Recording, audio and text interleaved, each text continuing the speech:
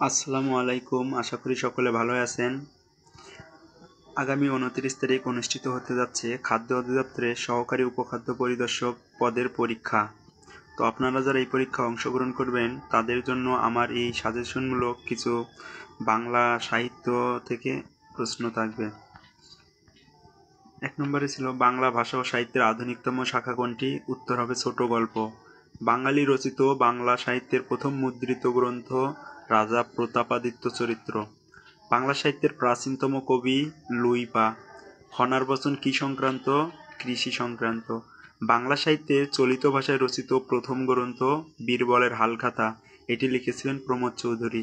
কোন শাসকদের সময়কালকে বাংলা সাহিত্যের অন্ধকার যুগ বলা হয়? তুর্কি শাসনামলকে। মনসামঙ্গল কাব্যের আদি কবিকে? কানাহরি দত্ত। বাংলা সাহিত্যের প্রথম নারী কবিকে? চন্দ্রাবতী। বাংলা ভাষায় বৈষ্ণব পদাবলীর আদি রচয়িতাকে? চণ্ডীদাস। সোনাভান কাব্যগ্রন্থটির রচয়িতা শাহ মোহাম্মদ গরিবুল্লাহ। সুরেশ, মহিম, অচলা কোন উপন্যাসের চরিত্র? গৃহদাহ। গৃহদাহ হচ্ছে শরৎচন্দ্র চট্টোপাধ্যায়ের। বাংলা সাহিত্যের স্বভাব কবি হিসেবে পরিচিত কে? গোবিন্দচন্দ্র দাস। ২৩ নম্বর তলচিত্র উপন্যাসটির রচয়িতা হচ্ছে আলাউদ্দিন আল আজাদ। কবি আহসান হাবীবের কবিতার বৈশিষ্ট্যসমূহ: বস্তুনিষ্ঠতা ও বাস্তব জীবনবোধ। চতুরঙ্গ রবীন্দ্রনাথ ঠাকুরের কোন ধরনের গ্রন্থ? এটি একটি উপন্যাস। ঝিঙ্গে ফুল কাজী নজরুল ইসলামের কোন ধরনের গ্রন্থ? এটি একটি কাব্য। কায়কোবাদের প্রথম কাব্যগ্রন্থের নাম হচ্ছে বিরহ বিলোপ। বেলা অবেলা কালবেলা জীবনানন্দ দাশ। ললিতা তথা মানস বঙ্কিমচন্দ্রের কোন ধরনের গ্রন্থ? এটি হচ্ছে কাব্যগ্রন্থ। বাংলা ভাষায় রচিত প্রথম নাটক ভদ্রার্জুন।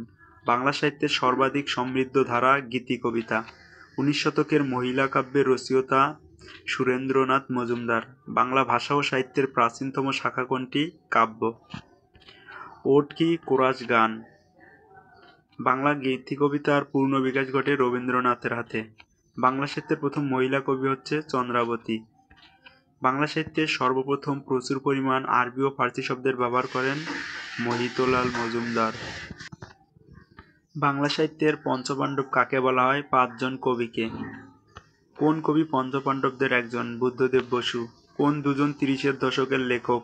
সুধীন্দ্রনাথ দত্ত ও বুদ্ধদেব বসু। এই ৩০-এর দশকের লেখকরাই মূলত পঞ্চপাণ্ডব নামে পরিচিত। তিরিশোত্তর কালের সাহিত্যকার কারা? ১৯৩০-এর সাহিত্য বলয় থেকে যারা মুক্ত হতে পারেননি। বাংলায় টি.এস. এলিয়টের কবিতার প্রথম অনুবাদক রবীন্দ্রনাথ ঠাকুর। জুলেখার মন কাব্যগ্রন্থটির রচয়িতা কে? মোহাম্মদ মাহফুজউল্লাহ। আবোল তাবোল কার লেখা? এটা হচ্ছে সুকুমার রায়। তাহলে আবোল তাবোল হচ্ছে সুকুমার রায়ের রচনা। বিখ্যাত কাজলা দিদি কি বা কে? একটি কবিতা। মেঘনার ঢল কবিতাটির লেখক কে? হুমায়ুন কবির। বৃত্ত নাই বেসাতি নাই এর রচয়িতা কে? আসাদ চৌধুরী। হপ্তপয়কর কার রচনা? সৈয়দ আলাওল। বলাকা কাব্যগ্রন্থের প্রতিনিধিত্বকারী রচনা হল বলাকা। মম এক হাতে বাঁকা বাঁশের বাঁশরি আর এক হাতে রণতুর্য। এটি কোন কবিতার চরণ? এটি হবে বিদ্রোহী কবিতার। বাংলার মুখ কবিতাটি কোন কাব্যের অন্তর্ভুক্ত? রূপসী বাংলা।